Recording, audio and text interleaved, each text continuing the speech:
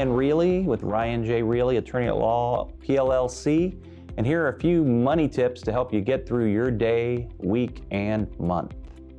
Sometimes folks come in and their license is suspended, like their driver's license, they can't drive, and it's almost kind of like for failure to have insurance, or and what really happened there as related to their debt is perhaps they were in an auto accident, or someone, they let them use their car and they were in an auto accident.